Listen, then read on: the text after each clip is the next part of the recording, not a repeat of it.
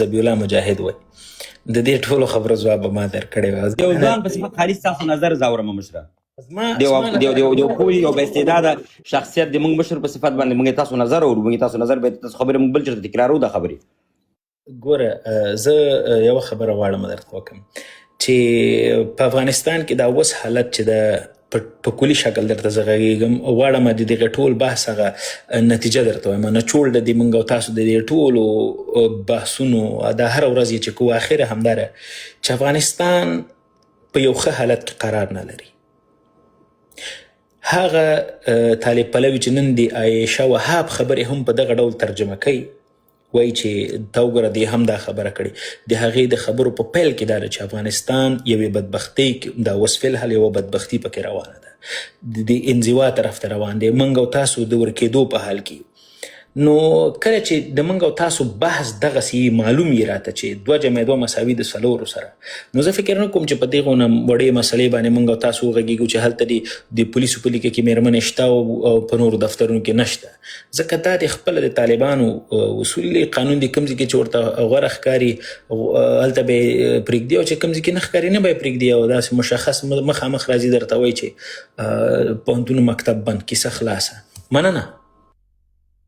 کارونه ترسره کوي، یعنې په کلي ډول باندې داسې هم نه ده چې مېرمنې مکملا د بندې اوسېږي، خپل کارونو ته دې نه ځي، یا مکملا ټولې مېرمنې له افغانستان نه وتلي دي او کار نه کوي، کارونه کوي، په مخ باندې روانې دي. ولې هغه څه چې بنده د هغې د اصلاح لپاره زه ته بل ځوان هغه غږ پورته کوو او باید دا وشي.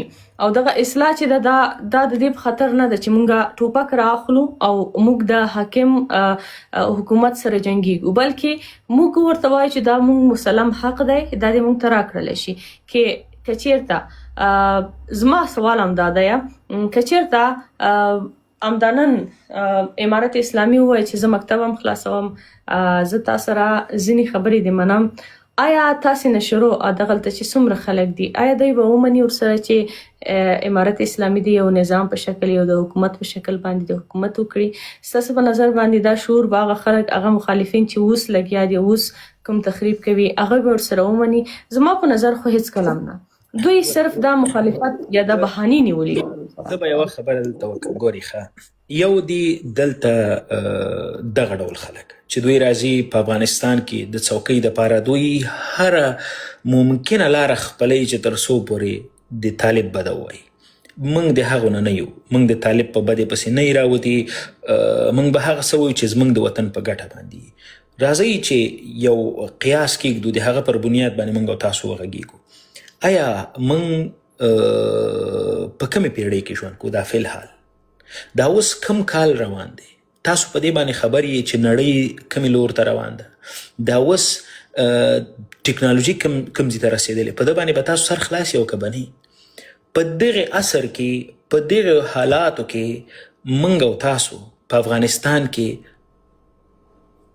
د دې حق نه لرو چې خپله رایه ورکو. زه خپل ځان دپاره یو انتخاب ولرم، دا تر ټولو لویه ضربه همدغه ده د یوې ټولنې دپاره چې د یو انسان نه د هغه حق واخیستل سي. پرېږده دغه ډلې ټپلې دا چې دلته ټوله ورځ لګیا دي په میډیا کې، دا پرېږده، راځه چې زه ته وغږېږو. لکه څرنګه چې یو نارینه ته یوې مېرمنې ته خدای تعالی دا حق ورکړی چې ته ځان دپاره د خپل د خاوند په انتخاب کې ته کولی شې چې هو او نه ووایې، دغه ډول زه د خپل د حکومت په انتخاب کې د یو نظام په جوړونه کې زه حق لرم چې زه وایم چې دغه انسان ته زه رایه ورکوم چې دا مې ولسمشر سي، دغه مې والي سي، دغه مې قومندان سي، دا نور خو به په خپل ځای پرېږدو، خو ولسمشر او بیا پارلمان ته او نور ځایونو ته چې کوم ځای کې د رایې هغه ځای جوړېږي، زه باید خپل انتخاب ولرم. په افغانستان کې دا شی شته؟ په دې شي باندې څوک په افغانستان کې فلحال دا څوک چې حاکمان دي په دې خبرې باندې باور لري؟ اوله خبره. دویمه خبره، په افغانستان کې د پوهنتونو د مکتب او دا مسلې دا خو بیخي تا په خبره باندې موږ به لږ زره بیخي پرېږدو، دا فلحال دپاره که چیرته یو څوک وغواړي یو مدني حرکت رامنځته کړي، آیا د دې شي اجازه لري؟ نه.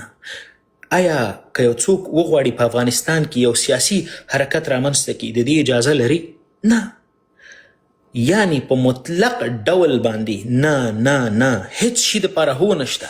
اوس اخرنۍ خبره، اخرنۍ نقطه، ګوره ډېر زیات مسایل شته چې زه دلته درکوار کېږدم او په 99% درته طالب دلته زه ملامت کړم، خو زه د خپل د وطن حالات خیر ده، زه خپله نقطه ځکه دی ما خبرې بیا ګډوډېږي، زه درته دغه خبره چې درته زه اوس وایم ولې په همدغونه مسایلو کې چې زه له طالبه خبر یم، په طالب باندې په زرهاو نیوکې او نقدونه لرم، د طالب هر څه ماته در سوال لاندې تللي دي، خو بیا هم زه د جګړې طرفدار نه یم، ځکه چې جګړه موږ یو ځای ته نه رسوي، جګړه موږ یوې حل لارې ته نه رسوي، موږ په خبرو باندې باور لرو او دغه خلکې به موږ را کاږو خبرو ته، لکه څنګه چې 20 کاله په جمهوریت کې ولسمشر غني، ولسمشر کرزي همدغه یو کوښښ و چې دو خلکو ته وایي راشي زما سره په یوه میز کښېنئ چې دا موضوعات سره حل کړو. ډاکټر صاحب نجیب روح یې ښاد هغه سیر یو انسان چې په مقابل کې 7 ډلې جنګېدلې، 7 ډلې جنګېدلې، هغو هم د پاکستان نه مستقیما او بیا یې په د ننګرهار جګړې تر ټولو ښه مثال ده. ډاکټر صاحب نجیب دو ته به کومه خبره کوله چې راشئ بیاین که در یک دسترخوان بشینیم و شروار پخته کنیم او په کینو سره د افغانستان دا موضوع حل کو، خو بیا هم دغه ولسمشر دا بل ولسمشر دو ته همیش دغه خطاب کو چې راشئ زموږ سره کینئ، خو د دو له ادرسه دوی نه ولس ته رجوع کوي او نه دغه مخالفینو ته رجوع کوي. د ملامتیا دپاره یې زه ډېر مسایل لرم، خو بدبختانه چې وایې چاته یې وایې، اورېدونکي څوک دي؟ هغه غوږونه چې دي چې تا ته په دې فکر چې ته یې ورته کوې او دوی اوري، هغه غوږونه مکمل په بشپړه معنا کاڼه دي، سترګې خپل وړاندې کړي دي، اصلا شی ګوري. یوازې همدا یوه خبره ده چې په افغانستان کې څه شی ده؟ بس امن ده. په کم امن باندې غږېږي؟ د څه شي په امن باندې غږېږي؟ دا اوس سکندر خیر هغه اخرنۍ نقطه جواب بیا تاسو خبره په ملامتیا نه ده، نه اخرنۍ نقطه دغه اوس یو ملګری و د خوست ولایت، دغه ځوان کافي ډېر عمر د طالب لپاره لیکنې وکړي، کافي ډېر عمر او ډېر ښه لیکوال، هغه ځوان یوه نقدي لیکنه وکړله نن بندي ده، د انسان نه د خلاقیت هغه کمال اخیستل، دا پوهېږي څه معنا ده؟ دا خدایي ده. ته انسان ته وایي داسې فکر مه کوه، ته داسې لیکنه مه کوه، دا څه معنا لري؟ مننه، مهرباني وکړئ. جمهوري نظام حاکم اوسیږي، سعودي درته مثال درکولی شو، امارات درته مثال درکولی شو، څه ته یا د سعودي یا د امارات ټول غړي چې دي هغوی هم په سیاسي کې برخو کې عوام وګړي یا هغه مسافرین چې ورته راځي هغوی برخه پکې نشي اخیستلی، ولې حکومت یې پوهېږي، کار یې پوهېږي. زه وایم چې ضرور نه ده زما په ملک کې د هیڅ جمهوري نظام نه اوسي، ولې ضرور دا ده چې زما ملک د مخې ته لاړ شي، زما ملک د په کومه طریقه باندې مخې ته ځي، عوام د په سیاست کې هیڅ ګټه نه برخه نه اخلي، ولې زما ملک په کوم طریقه باندې مخې ته ځي. زما یو څو مشکلات دي چې هغه په ملک کې واقع د پرمختګ مخه یې نیولې ده چې مکتب دی، پوهنتون دی او ځینې نورې خبرې دي، ولې زما لپاره نظام ساختار دی او هغه ساختار چې که شاهي اوسیږي که جمهوري اوسیږي، هر یو چې زما د جغرافیې لپاره په ګټور دی هغه زه غواړم. اوس که چېرته زه راشم مثلا څه مشکل ده چې په افغانستان کې د جمهوري نظام نه اوسیږي، بل نظام د حاکم اوسیږي، ولې د پرمختګ لپاره د کار وکړي، سولې لپاره د کار وکړي، قلم لپاره د کار وکړي، اصلاحات دې راوړي. ضرور خو نه ده چې زه باید جمهوري نظام ته بیا ژمنه واوسېږم او ووایم چې دغه ساختار زما لپاره مهم دی، دا رایه زما لپاره مهم ده او را دې شي. خبره تاسو ته وکړم، ګورئ ښه، کله چې موږ او تاسو د سعودي عربستان، د دوبۍ، د شمالي کوریا او د نړۍ د نورو هیوادونو مثالونه ورکو، ته خبر یې چې د وبخښئ ماته یو زنګ راغی، تاسو ته معلومه ده دغه چې په هغو هیوادونو کې قانون شته و که نه؟ د هغو هیوادونو هغه بنیادي مسایلو نه تاسو سره خلاص ده چې هغه هیواد کې د ښوونځي نه تر پوهنتون او د انسانانو تر حقوق او تر قوانینو تر دې ټولو مسایلو باندې تاسو سره خلاص ده چې هلته څه کیسه روانه ده. هلته شایسته سالاري لومړی شرط ګڼل کیږي. حسیب د فلانی خان زوی دی، په دې خاطر د فلانی ملا زوی دی، په دې خاطر هلته په دې څوکۍ نه کېنول کیږي. حسیب خان څومره زده کړې کړي، څومره علم لري، څومره کمال لري چې په دې څوکۍ کېني.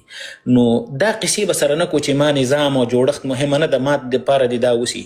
د هغه دپاره یوه طرحه، یو پلان، یو قانون، قاعده، اصول مهم دي چې بدبختانه نه قانون وجود لري، نه اصول وجود لري، نه برنامه او نه طرحه. د مهرباني وکړئ د یو هیواد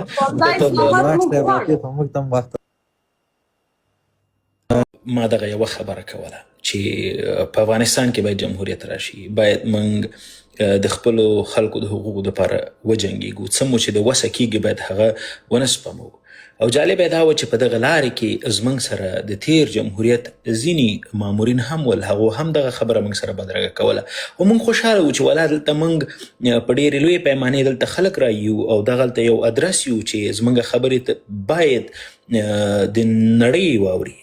خو په دې باندې زه نه وم خبر چې زما په څېر انسانان چې په واقعي معنا باندې د افغانستان د ولسونو خبره کوي، د افغان ولس د حقوقو خبره کوي، دلته ځینې انسانان شته دي چې هغوی د تیر جمهوریت د مزو چړچو په خاطر راځي دلته په میډیا کې دا چغې وهي چې تر څو پورې هلته څوکۍ ته ورسیږي. هدف همغه یوه خبره سو لکه د اغلې عایشه وهاب چې دلته ځینې کړۍ دي، جنګ سالاران دي، د هغو په افغانستان کې مقاومت او جګړه په دې خاطر نه ده چې افغانستان دی آباد سي، افغانستان کې د ولسواکي حاکمه سي. د دوی هدف څه شی څوکۍ ته رسېدل.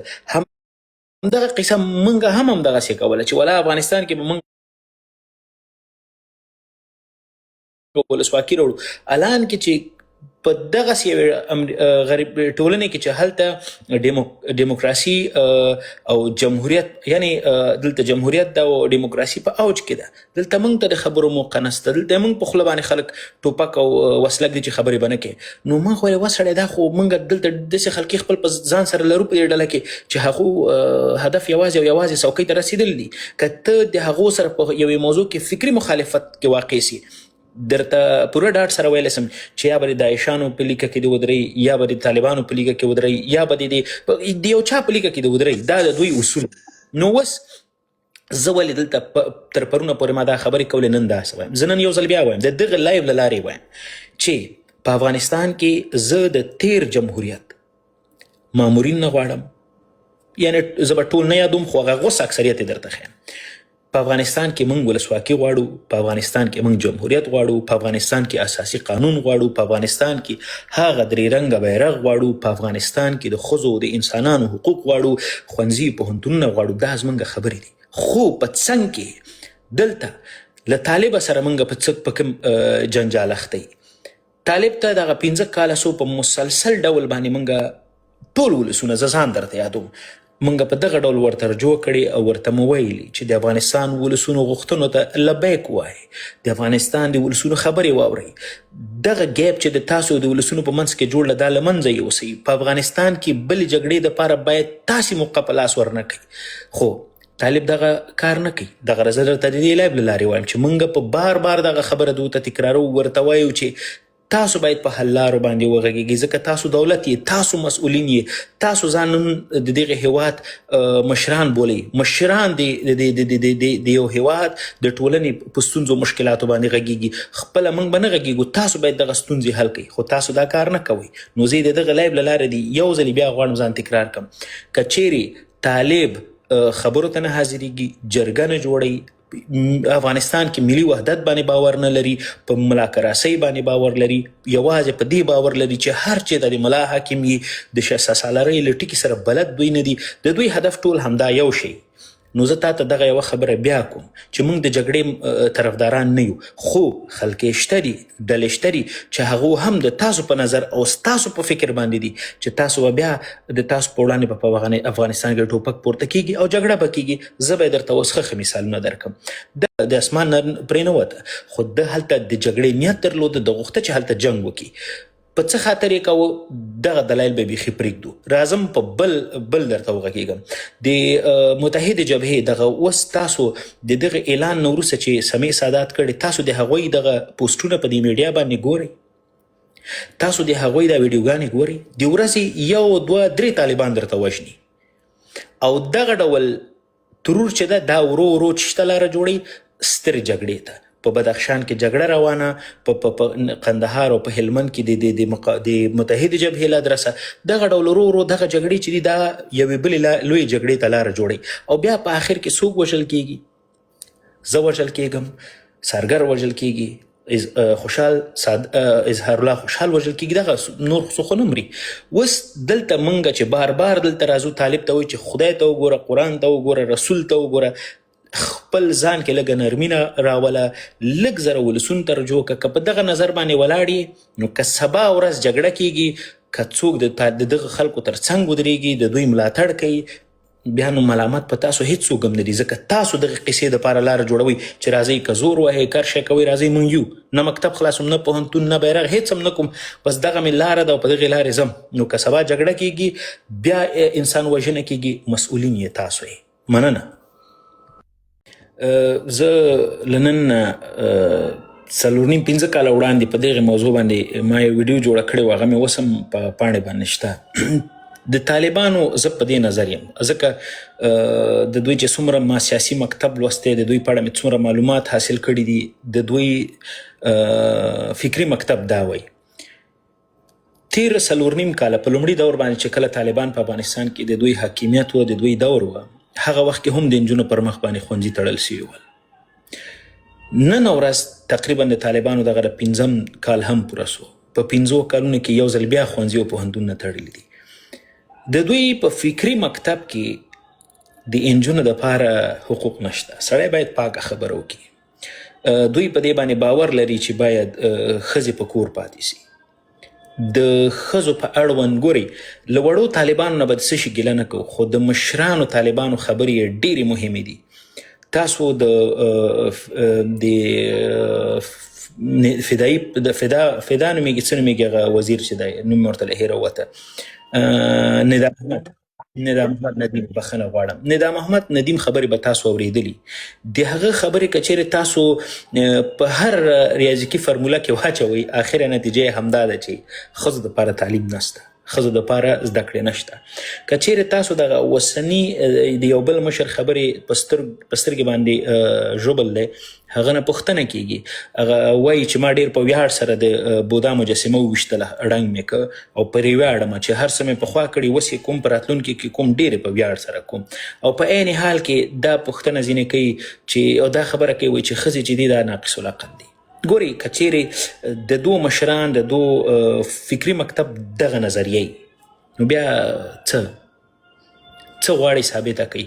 خو دلته چې دا لاندې نور د دوی کم ملاتړ کوونکي دي، د دوی سپورټ کوونکي دي، دوی نه دا پوښتنه کوو. که چیرې تاسو هم په دې نظر باندې یاست چې حد اقل ولس ته مخامخ راشي ووایئ، دا خبره ورته وکړئ چې نجونو دپاره تعلیم نشته، نور زیاتي مکتبونه په کلي شکل باندې بند، هیڅ نور ښوونځي منځي نشته، قصه ختمه. چې حد اقل دغه زموږ په څېر افغانان چې ځورېږي، له جګړې یریږي، له وینې تویېدو یریږي، چې حد اقل طرف خو معلوم که سړی ځان ته په سبا وایي چې حسیب قوی مرکز اتم ورسه وژنې کوه، جنرال سمیع سادات اتم ځه ورسه جګړه وکړه، وژنه وکړه، چې هر څه دې د وسه کېږي، ځکه دا خلک خو د انسانانو هغه بنیادي حقوق نه ورکوي. خو د دوی مشران وایي چې موږ امر ثاني ته انتظار یو. نو د تاسو نه د دغې پوښتنې په ځواب کې یو شی موږ غواړو چې دې ولس ته باید حقیقت ووایي، او که نه وایي چې بیا سبا ورځ دلته دا کوم خلک جګړه کوي، وینه تویي، د دوی مخه ونه نیول سي، د دوی باید سړی، د دوی باید بدمونه وایي. بیا نو د ما په څېر انسان چې په جګړې باور نه لري، دا دې هم راشي باید ووایي چې د طالب په وړاندې باید یوه لاره پاتې ده، جګړه خدای دې وکړي هغه د ادریس ستانکزي خبره وایي چې که طالب په وړاندې باید جګړه وسي، که 1 کال کېږي، 2 کاله کېږي، 10 کاله کېږي، که 1 لک انسانان مري او که 10 میلیونه انسانان مري، پرېږده چې مړه سي، خو تر څو پورې دغه افغانستان ازاد سي.